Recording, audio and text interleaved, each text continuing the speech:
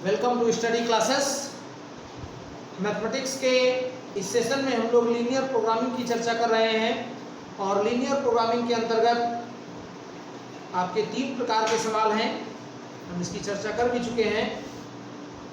एक तो ऐसे प्रश्न हैं जिनमें हमारे पास इनइक्वलिटीज दी होती है और उससे हमको उसका अधिकतम यानी उद्देश्य फलन जो हमारा होता है उसके लिए z का अधिकतम या न्यूनतम मान ज्ञात करना। और ऐसे प्रश्न 2 प्रकार के हो सकते हैं, परिबद्ध क्षेत्र हो अथवा अपरिबद्ध हो, यानी सुसंगत क्षेत्र परिबद्ध है अथवा अपरिबद्ध। और इन दोनों के एग्जाम्पल्स हम देख चुके हैं कि किस तरीके से इन प्रश्नों का हल हम ज्ञात करेंगे। एक और तीसरे तरीके का प्रश्न है, इसमें भी परिबद्ध अपरिबद्ध हो सकता है और वैसे ही हल करेंगे जैसे परिबद्ध अपरिबद्ध हल करते थे, लेकिन यहाँ पर प्रश्न का तरीका ये होगा कि यहाँ पे इनइक्वलिटीज नहीं दी है। जैसे ये प्रश्न है, एक निर्माणकर्ता नट और बोल्ट का निर्माण करता है।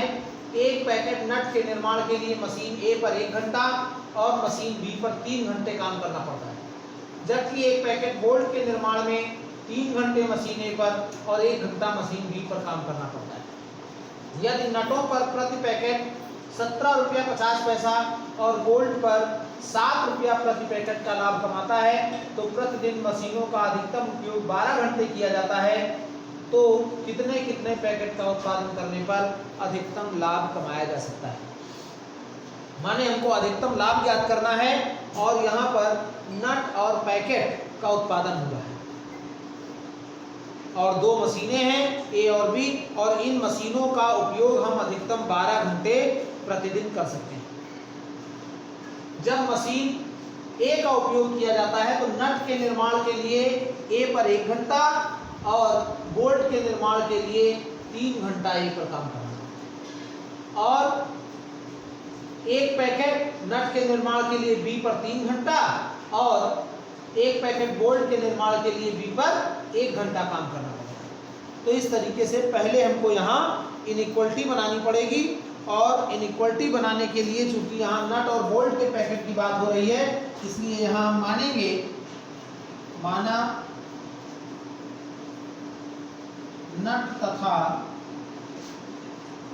बोल्ट के x तथा y पैकेट बनाने होंगे।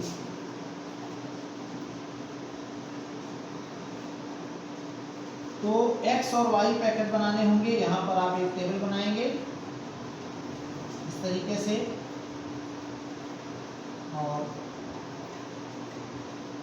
यहाँ पर आपके पास मशीन A है और मशीन B है। Machine A, machine B। A पर कितना काम होता है, यहाँ आप नट लिख लीजिए और यहाँ बोल्ट, और अधिकतम समय दिया हुआ है प्रतिदिन।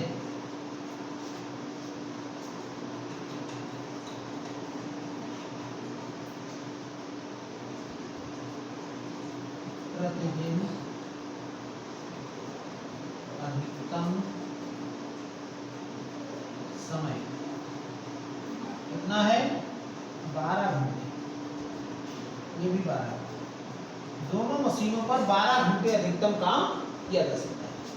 नट बनाने के लिए, नट का एक पैकेट बनाने के लिए ए पर 1 घंटा और बी पर 3 घंटा, और बोल्ट बनाने के लिए बोल्ट के निर्माण में 3 घंटा ए पर और 1 घंटा बी पर काम करना होता है। अब यहाँ पर आपने x पैकेट माने हैं नट के और y पैकेट माने हैं बोल्ट के। अधिकतम समय 12 घंटे का मतलब क्या है, यहाँ बड़ी प्रॉब्लम होती है। इनइक्वलिटीज बनाते समय यहाँ क्या लिखते हैं, नट के x पैकेट हैं, एक पैकेट बनाने पर 1 घंटा, तो x पैकेट बनाने पर x घंटा, एक पैकेट बनाने पर 1 घंटा, तो x पैकेट बनाने पर x घंटा, ये हमारा x।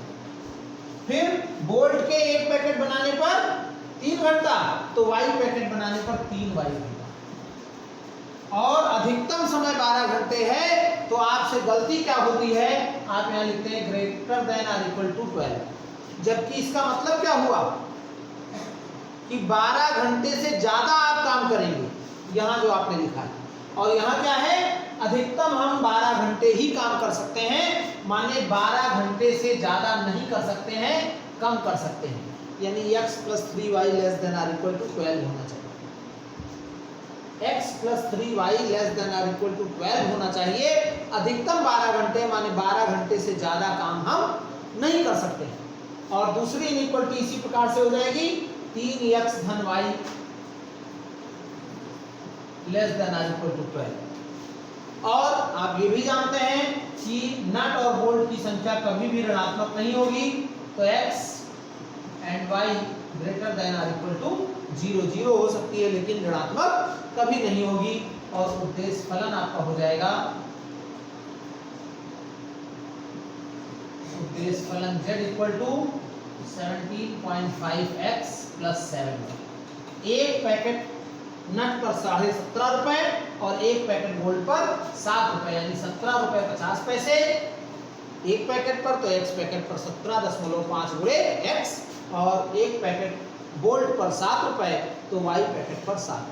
ये आपका बन गया अब संगत समीकरण। इसी प्रकार से आगे काम करना है जैसे करते आए हैं। 3y = 12, ये 1 हो गया, ये 2 हो गया और ये आपका 3 हो जाएगा। और 3x + y = 12, ये 4। अब समीकरण 3 के लिए अगर बिंदु आप निकालेंगे तो क्या मिलेगा, टेबल बना लीजिए।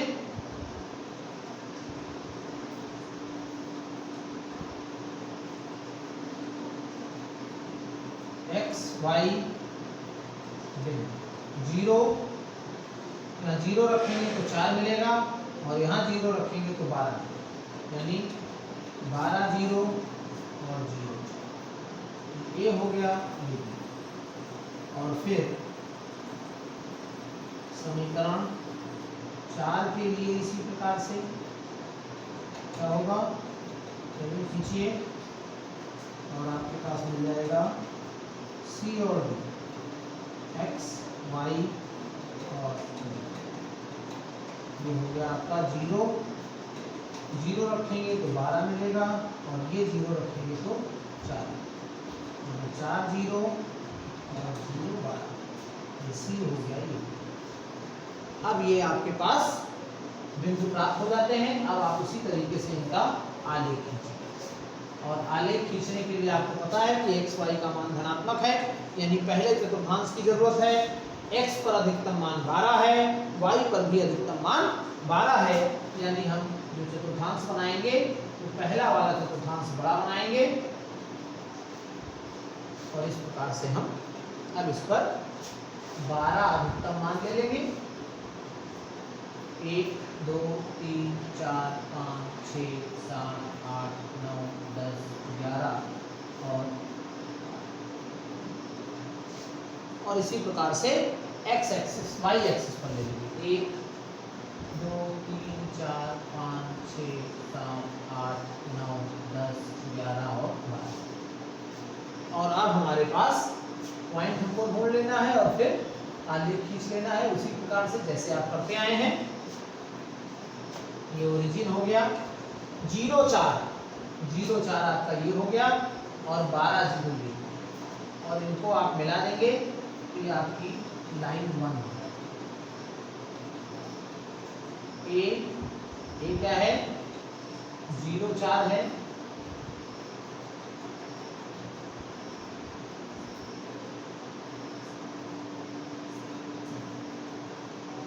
बड़े प्रश्न होते हैं इसमें जगह की बहुत दिक्कत हो जाती है। ये हो गया 0 4 ए और ये हो गया आपका बी 12 0। अब ए भी खींच गया। अब आप सी लेंगे 0 12, सी आपका 0 12 है, कहाँ होगा, ये होगा सी, और डी है 4 0।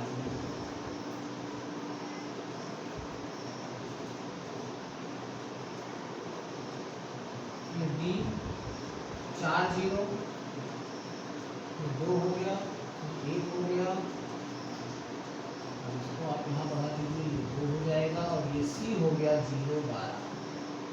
अब आपके पास ये सब बिंदु हैं, इनका कटान बिंदु भी हमको चाहिए। तो कटान बिंदु हम कैसे निकालेंगे, आपको हमने बताया है समीकरण को हल करना। समीकरण को हल करेंगे 3 तथा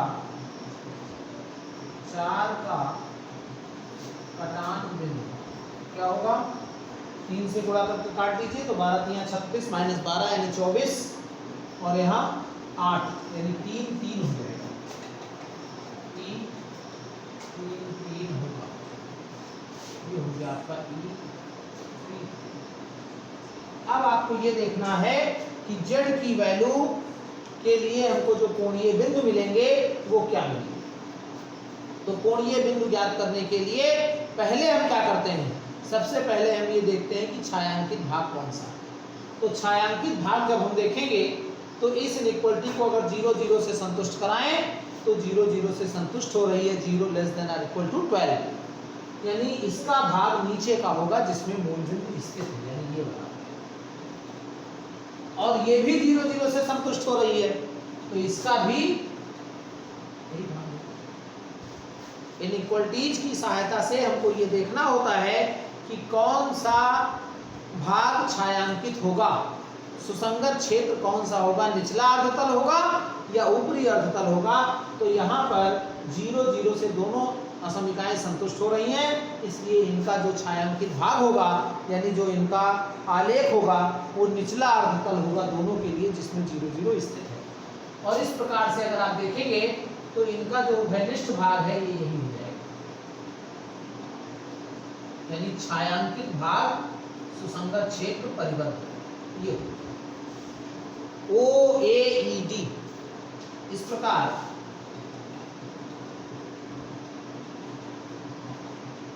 छायांकित भाग OAED सुसंगत क्षेत्र परिबद्ध। अब परिबद्ध हो गया यानी सवाल थोड़ा सा हमारे लिए आसान हो गया। परिबद्ध क्षेत्र जब होता है तो हमारे लिए सवाल थोड़ा सा आसान हो जाता है, क्योंकि ऐसी स्थिति में हमको एक इनइक्वलिटी z वाली इनइक्वलिटी से हम बच जाते हैं।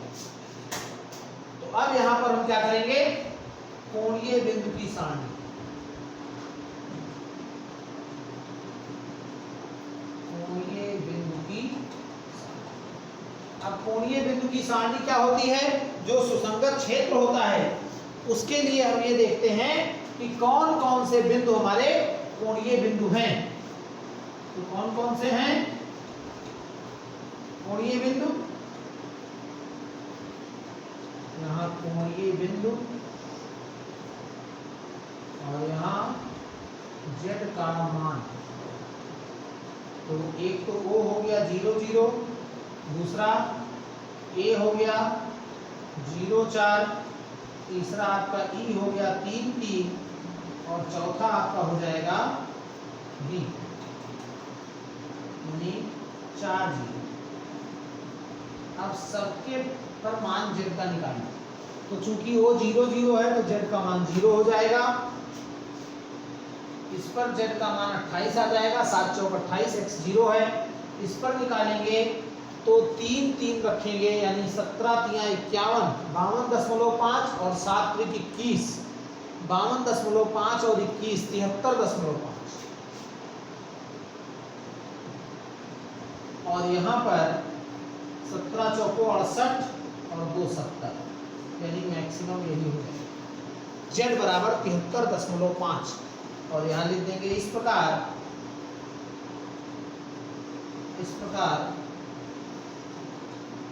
अधिकतम लाभ रुपए 73.5 होगा, जबकि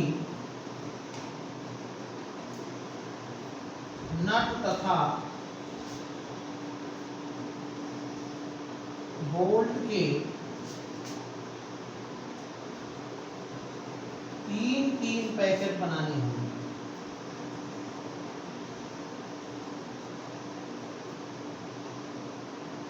यानी अगर नट और बोल्ट के 3 पैकेट बनाएं तो उसको 73.5 रुपए का लाभ होगा और ये अधिकतम लाभ होगा।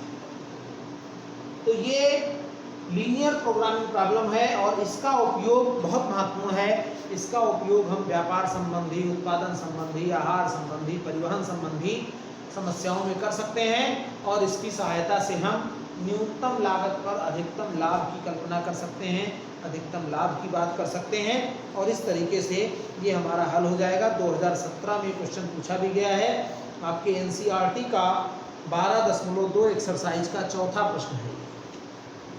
तो इस तरीके के प्रश्नों को आप हल करेंगे और इनको सीखने का प्रयास करेंगे कि कैसे हल किया जाए कि ये आसानी से कर ले जाएं आप। परीक्षा में 8 नंबर का ये प्रश्न आना ही है, निश्चित रूप से आना है। तो इस प्रकार से हम लोग लीनियर प्रोग्रामिंग प्रॉब्लम की चर्चा कर रहे थे और इसके जितने तरीके के प्रश्न हो सकते हैं हमने उन सब की चर्चा की है। एक सवाल इससे 8 नंबर का आना ही है, निश्चित रूप से आना है। आप तीनों प्रकार के प्रश्नों को अच्छे से तैयार करेंगे। आपको कहीं से प्रॉब्लम हो रही है तो आप कमेंट्स बॉक्स में लिखें, हम आपकी समस्या को दूर करने का पूरा प्रयास करेंगे। आप अगर कमेंट्स नहीं लिखेंगे तो फिर हमको कैसे पता चलेगा कि कहाँ आपको दिक्कत हो रही है, या वीडियो आपको अच्छे लग रहे हैं या नहीं समझ में आ रहे हैं, या कहीं जो भी आपको समस्या है, जैसा भी आपका कमेंट है वो आप ज़रूर कमेंट्स बॉक्स में लिखें। ये लीनियर प्रोग्रामिंग की चर्चा थी और इसी के साथ ये टॉपिक भी ख़त्म होता है। अब आपके जो लास्ट टॉपिक है यानी प्रायिकता, उसकी चर्चा हमको करनी है। प्रायिकता आपका लास्ट टॉपिक है और इससे भी एक प्रश्न परीक्षा में निश्चित रूप से आता है। थोड़ा बड़ा चैप्टर है लेकिन हम प्रयास करेंगे कि इसको ख़त्म करें और आपको पूरा कॉन्सेप्ट क्लियर करा सकें। अगर आप हमारे चैनल पर नए हैं, study classes bye Ajay Mehrotra को आपने अभी तक सब्सक्राइब नहीं किया है तो चैनल को सब्सक्राइब करिए, बेल आइकन को प्रेस कर दीजिए ताकि इस पर आने वाली वीडियोस के नोटिफिकेशन आपको मिलते रहें और आप उनका बेहतर लाभ लेकर अपना सिलेबस अच्छे से तैयार कर सकें और परीक्षा की बेहतर तैयारी कर सकें, जिससे आप परीक्षा में अच्छा स्कोर कर पाएँ। हम आपको इम्पॉर्टेंट प्रश्नों की श्रृंखला प्रस्तुत कर रहे हैं, इम्पॉर्टेंट प्रश्न की ही चर्चा हम कर रहे हैं। सभी प्रश्न तो नहीं कराए जा सकते हैं लेकिन हम कॉन्सेप्ट क्लियर करा के आपको इम्पॉर्टेंट प्रश्न जरूर बताने का प्रयास कर रहे हैं। चैनल पर हमारे बने रहिए, वीडियो को पूरा देखिए, वीडियो को लाइक और शेयर जरूर करें। आपका लाइक और शेयर बहुत महत्वपूर्ण है। आपके शेयर, अपने शेयर आप जो आपके सोशल मीडिया के ग्रुप्स हैं जहाँ भी आप जुड़े हुए हैं वहाँ आप अधिक से अधिक लोगों को हमारे वीडियो को शेयर करिए। पूरा वीडियो देखकर अपना कॉन्सेप्ट क्लियर करिए और अगले सेशन में हम प्रोबेबिलिटी की चर्चा करेंगे। धन्यवाद।